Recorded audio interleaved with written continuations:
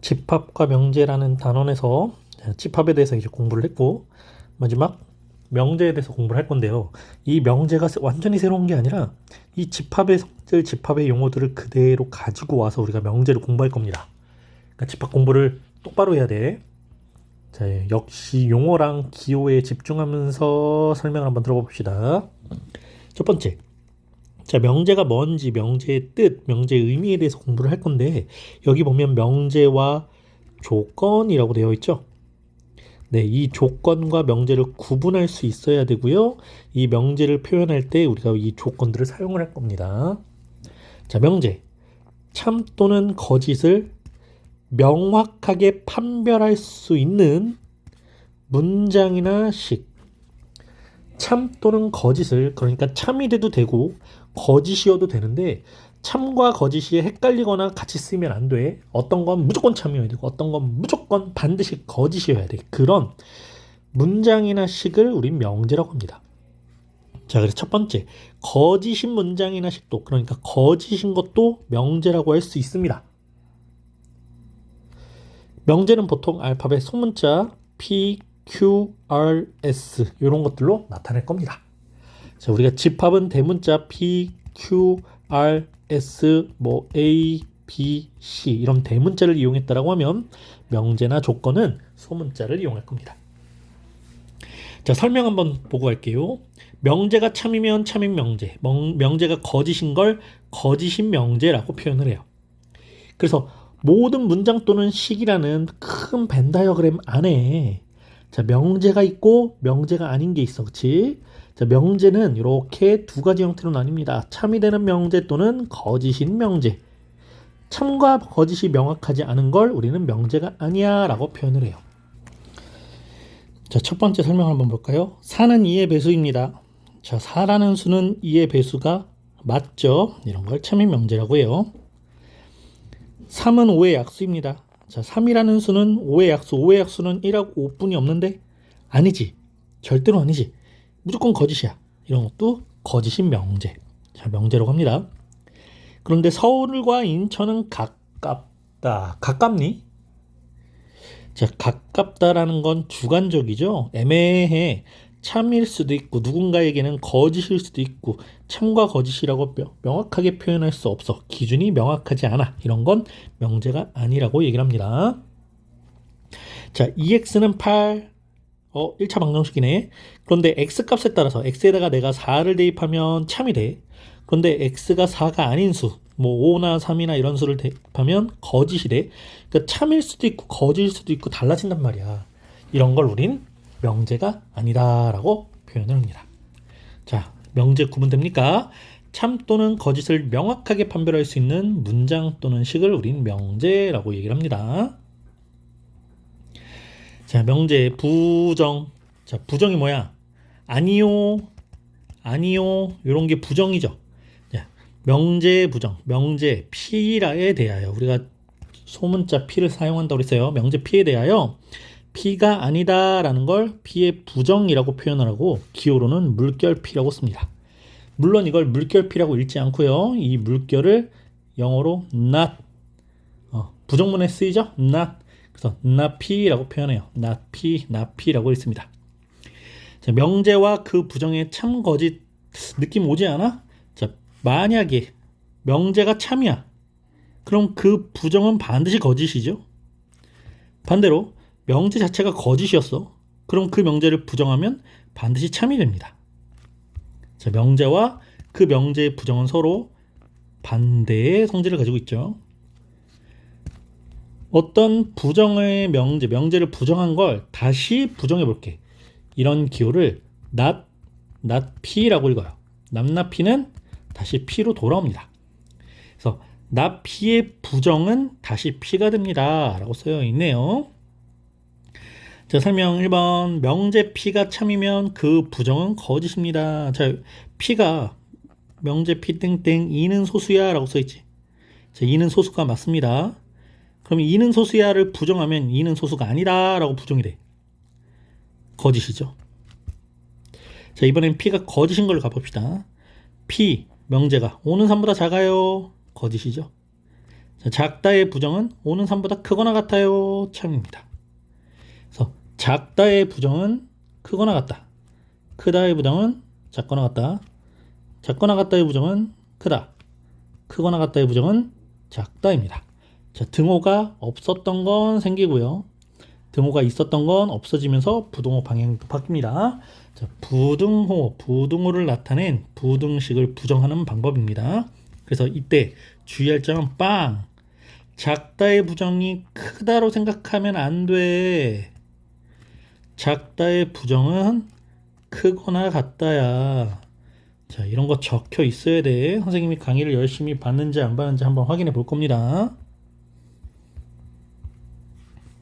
자, 세 번째 조건.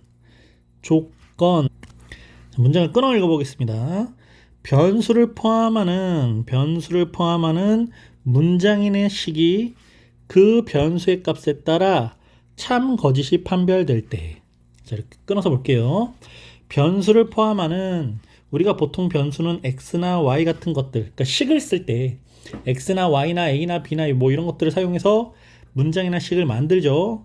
자, 그 x나 y 값에 따라서 참 또는 거짓이 판별될 때, 구분될 때 이런 문장이나 식을 조건이라고 얘기를 합니다.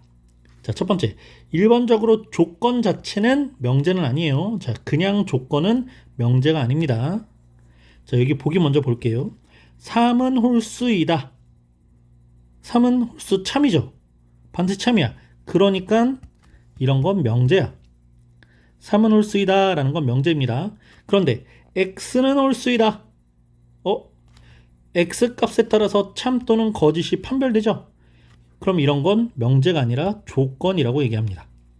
그래서 우리가 보통 명제는 조건과 조건이다. 조건이면 조건이다 라고 두 개의 조건을 가지고 보통 하나의 명제를 만들어요. 자, 여기 3은 홀수이다. 선생님, 조건이 어떻게 되는데요? 어떤 자연수 3이면, 어떤 자연수가 3이면, 자, 이렇게 하나의 조건이 생기고, 그 수는 홀수이다. 자, 이렇게 또 조건이 될 수 있겠지.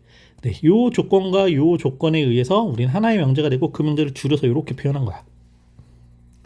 그래서 보통 변수 x를 포함해서 나타내는 식 하나 자체는 그냥 조건이고요. 그 조건과 조건이 합쳐져서 하나의 명제를 구성하고 있더라. 이렇게 보면 될 것 같습니다. 자, 진리집합. 말은 되게 어려운데 집합이야, 집합. 진리가 뭐야? 진리. 그거의 진리가 뭐야? 자, 그 진리예요, 진리. 자, 진리. 우리가 조건이 하나 툭 던져놓으면 그 조건을 참이되게 하는 수들이 이렇게 하나만 있을 수도 있고 여러 개가 있을 수도 있어. 그 조건이 참이되게 하는 원소 하나하나들이 이렇게 구성이 될 때 그 원소들을 모아놓은 걸 집합이라고 합니다. 그러니까 다 쉽게 표현하면 주어진 조건이 참이되게 하는 집합.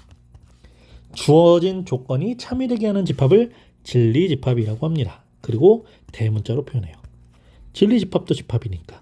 그래서 조건, 소문자 P에 대한 진리집합을 우린 대문자 P라고 해. 자, 조건제시법 나오면 신경 써서 보세요. 진리집합 P, X바. 자, 진리집합의 원소는 전체 집합에 구성되어 있는데 PX가 참이돼. 자, P라는 조건을 만족하는 X들로 우린 구성이 되어 있는 집합을 진리집합이라고 그래.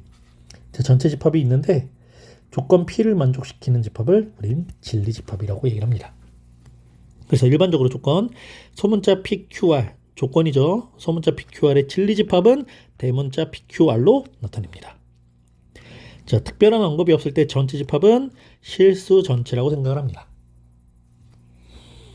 자, 이렇게 설명빵 나와 있고요. 한번 읽어보시고요. 예제 바로 가봅시다. 전체 집합 1, 2, 3, 4, 5, 6, 7이 있는데 지금 조건 P 한번 볼까요? 조건 P는 2보다 크고 6보다 작아. 그럼 진리집합 P는 2보다 크고 6보다 작은 여기 전체 집합 안에 있는 원소 중에 2보다 크고 6보다 작은 수는 3, 4, 5 이렇게 되겠죠. 자, Q 봅시다.